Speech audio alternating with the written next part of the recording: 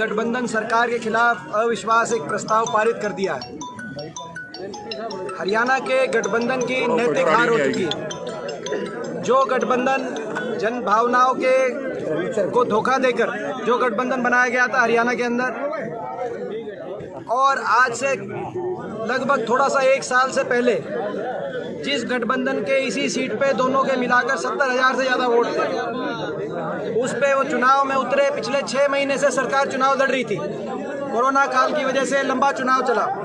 इन 6 महीने में सरकार की तरफ से कोई ऐसी चीज़ नहीं थी जो सत्ता का दुरुपयोग सरकार ने ना किया हो। उसके बावजूद एक बड़े बहुमत के साथ हमारे प्रत्याशी को यहाँ से छत्तीस बिरादरी बड़ौदा के मतदाताओं ने जिताकर चौधरी उपेंद्र सिंह हुड्डा जी के नेतृत्व को ताकत देकर, कांग्रेस को ताकत देकर एक बड़ा संदेश प्रदेश को दिया है। ये केवल बीजेपी जेजेपी का गठबंधन, 2 पार्टियों का गठबंधन नहीं था जिनके खिलाफ हम लड़ रहे थे। बीजेपी जेजेपी शराब, पैसा, सिलेंडर,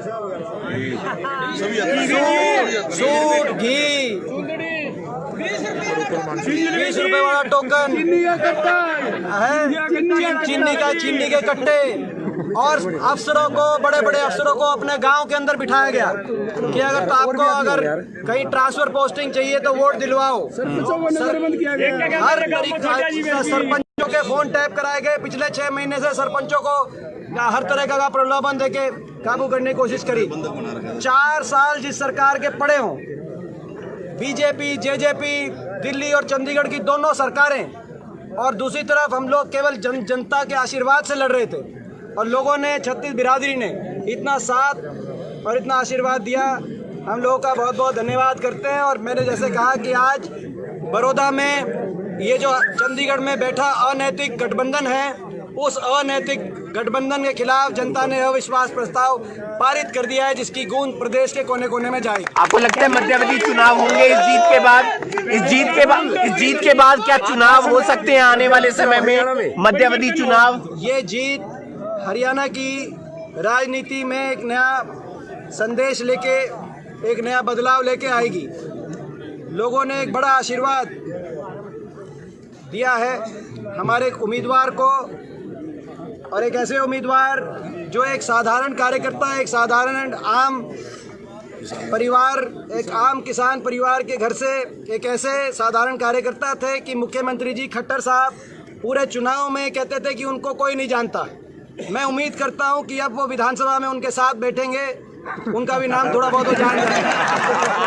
और वो कहते थे इनको कोई नहीं जानता, और हमारे उम्मीदवार कहते थे कि हमारे साथ हुड्डा साहब का आशीर्वाद है, मेरे को आप जल्दी जानोगे। तो आज उनकी भी पहचान बनी है।